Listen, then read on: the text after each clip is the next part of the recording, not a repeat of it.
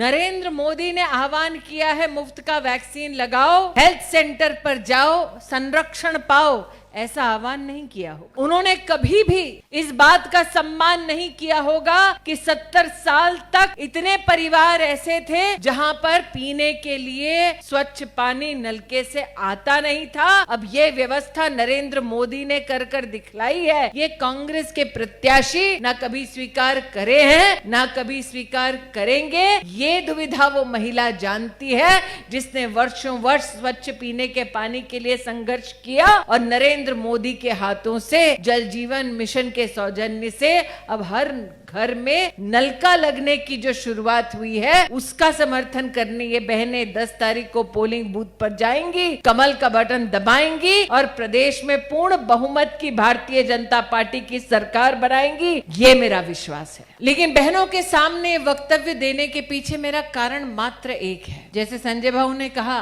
मैं हुबली जा रही हूँ, मध्य में आकर आपसे वार्ता करने का मुझे एक सुनहरा अवसर प्राप्त हुआ। और जब ग्रामीण अंचल से एयरपोर्ट के लिए निकली, दादा ने कहा आके यहाँ पर हमारी बहनों से मिलना है। मध्य में मैंने पत्रकार के एक समूह के माध्यम से एक जानकारी प्राप्त की। अभी अभी सुनने में आया है कि कांग्रेस के नेता मल्लिकार्जुन खड़गे ने नरेंद्र मोदी को एक भाषण में, एक वक्तव्य में गाली दी। तो पत्रकार ने मुझसे पूछा, ताई तुला राग ये इतना ही कहा? मैंने कहा ये वो निर्लज कांग्रेस पार्टी है जो मोदी को मौत के घाट उतारने का आह्वान कर चुकी है। ये वो कांग्रेस पार्टी है। आप नरेंद्र भाई की मां का उल्लेख कर रहे थे, 100 साल की महिला पर अभद्र टिप्पणी करने वाली कांग्रेस पार्टी ने तो नरेंद्र भाई के स्वर्गीय पिता का भी अपमान किया।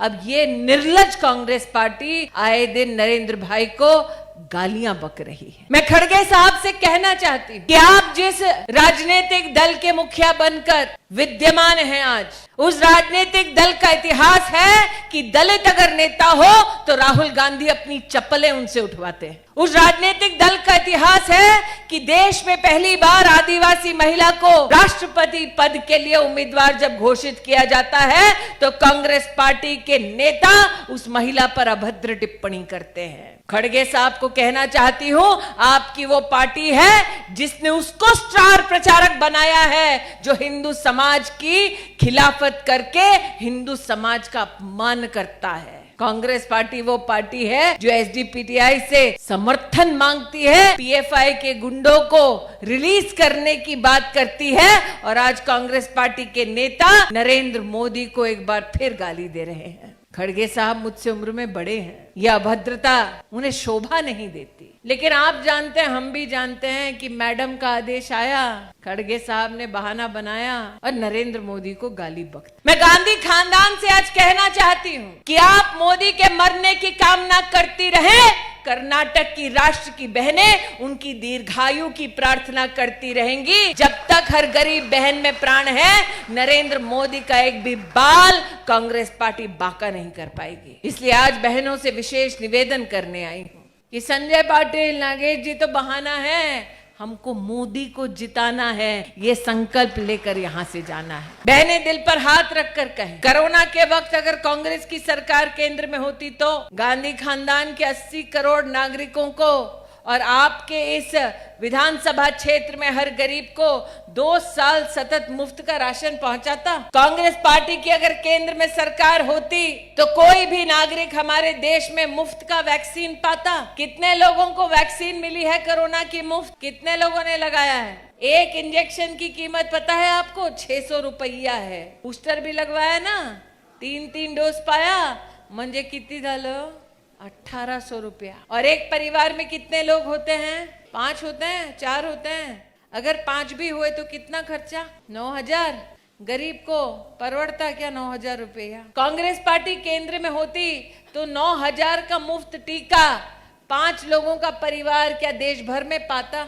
अरे कांग्रेस वाले तो ये कह रहे थे, मोदी हटाओ, वैक्सीन हटाओ, विदेश से वैक्सीन लाओ, कहते थे ना। ये नरेंद्र मोदी है जिन्होंने राष्ट्र को आह्वान किया कि हिंदुस्तान में आज इतनी ताकत है कि हिंदुस्तान हमारे देश में वैक्सीन बनाएगा, हर नागरिक को मुफ्त लगाएगा, विदेश में भी हिंदुस्तान का परचम लहराएगा और 160 देशों में हिंदुस्तान का वैक्सीन जाएगा।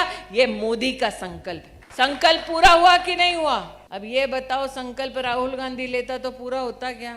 सोनिया गांधी लेती पूरा होता क्या? खड़गे साहब लेते पूरा होता क्या? आज विनम्रता से खड़गे साहब से कह रही हूं, आप गाली मोदी को इसलिए बक रहे हैं क्योंकि आप भी जानते हैं कि कर्नाटक का चुनाव कांग्रेस पार्टी हार रही है। खड़गे साहब, ये पब्लिक है, सब जानती है। शिव कुमार और सिद्धरामैया के झगड़े को अच्छी तरह से पहचानती है। वो लड़े, हम लड़ाई लड़ रहे हैं सुनहरे भारत के और राज्य के भविष्य की। इसलिए दादा, औरतों की गारंटी ले रही हूं। फर्क ये है कि भले ही मैं अमेठी दिल्ली से आई, मुझे आप बहनों पर विश्वास है, लेकिन कांग्रेस की प्रत्याशी को नहीं। इसलिए घर घर जाकर लालच प्रलोभन दे रहे हैं। जिनको अपनों पर भरोसा नहीं, वो आपके काम क्या खाक आएंगे।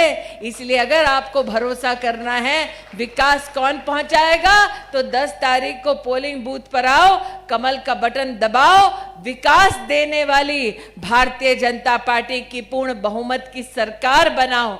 आज ये निवेदन लेकर आपके मध्य में आई।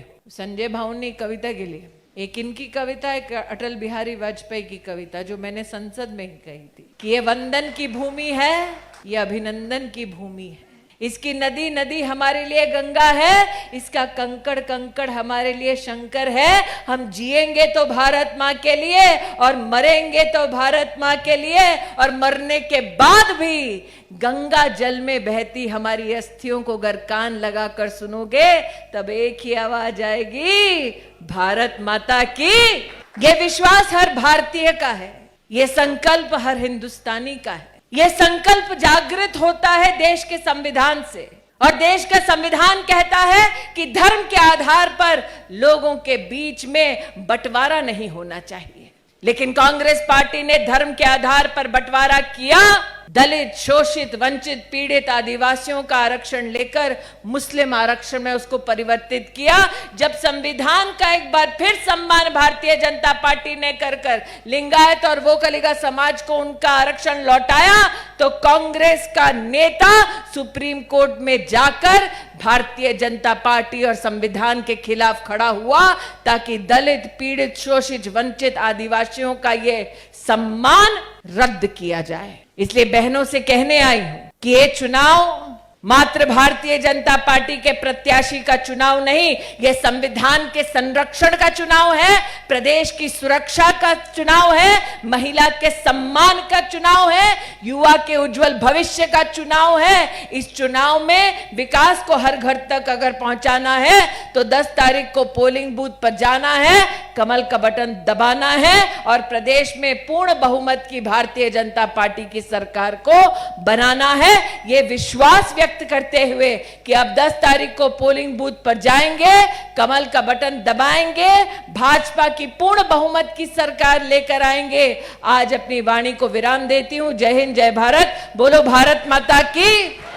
If you like this video ಬೇಗ ಲೈಕ್ ಮಾಡಿ, ಕಾಮೆಂಟ್ ಮಾಡಿ, ಶೇರ್ ಮಾಡಿ ಹಾಗೂ ಯೋಯೋ ಟಿವಿ ಕನ್ನಡವನ್ನು ಸಬ್ಸ್ಕ್ರೈಬ್ ಮಾಡಿ.